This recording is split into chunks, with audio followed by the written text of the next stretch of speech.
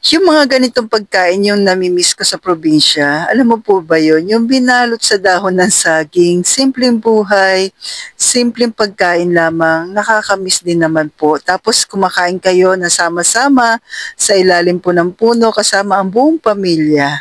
Tapos binalot po yung pagkain natin sa dahon ng saging. Ay, ang sarap. Meron na naman magko-comment yan, ang sarap niyang i-partner sa rice. So, pwede naman po kung hindi kayo naglo-low carb, pero sa mga naglo-low carb, ito po, masayang masaya na po kami kahit ganito lang po. Na binalot sa saging at ulam lang po talaga ang aming pagkain. So anyway, share ko po sa inyo yung simpleng pagkain pero ang sarap ulit-ulitin. So narito po, una po, naghiwa ako ng sibuyas, bawang, konting luya, nilagyan ko ng paminta, asin, at suka o vinegar po. Yan. Mix lang po natin maigi yung ating tawag dito, pagbababaran po ng ating isda. Nilagyan ko po ng low carb na MSG pero optional lamang po.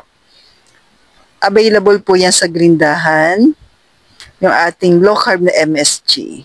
So, mix lang po natin yung, alam niyo po yung mga ingredients na pampaksiw. Yan lang din po yun. Ginger, garlic, onion, tapos paminta and asin. Tapos vinegar. Mix lang po natin maigi. Tapos yung aking fish po na gagamitin po dito ay galunggong tsaka bangus. So, dalawang klaseng isda po. Pero pwede naman iba't ibang klase ng fish na meron po kayo dyan sa probinsya o saan man kayo naroon. So, binabad ko sandali. Then, kukuha lang po tayo ng tamang dami lamang po para ibabalot na po natin sa dahon ng saging. Yan.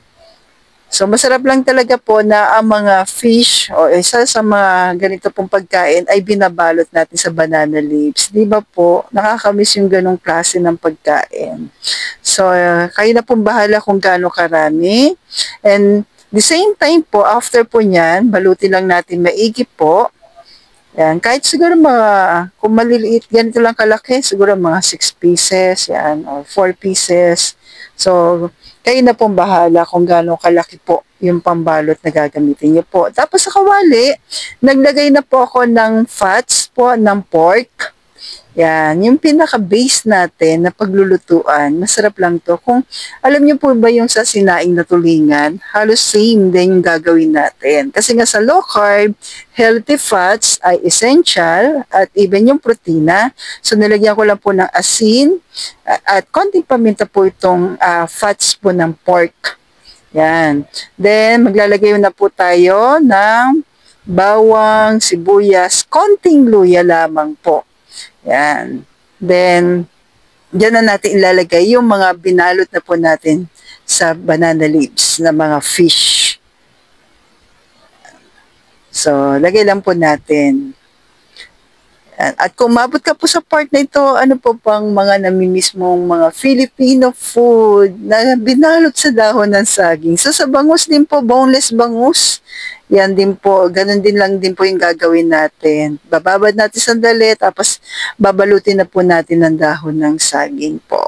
O di ba po, meron ka na pong mga source ng protina, may fats po ng bangus, at may fats pa rin ng pork. Napaka-healthy po sa low carb. So, yung pinagbabaran, lagay na rin natin. Lagyan natin ng tubig, konting chili, optional lamang po. Tapos, konting coconut oil. Masarap kasi yung parang pinaksiw na meron pang konting oil. Pero, pakukuluin po natin to na mga 30 minutes o to 40 minutes na katamtamang lakas lang na apoy. O, di ba po? Mas masarap yung maluto siya ng dahan-dahan at magmamantika din dahil meron pong healthy fats from bangus.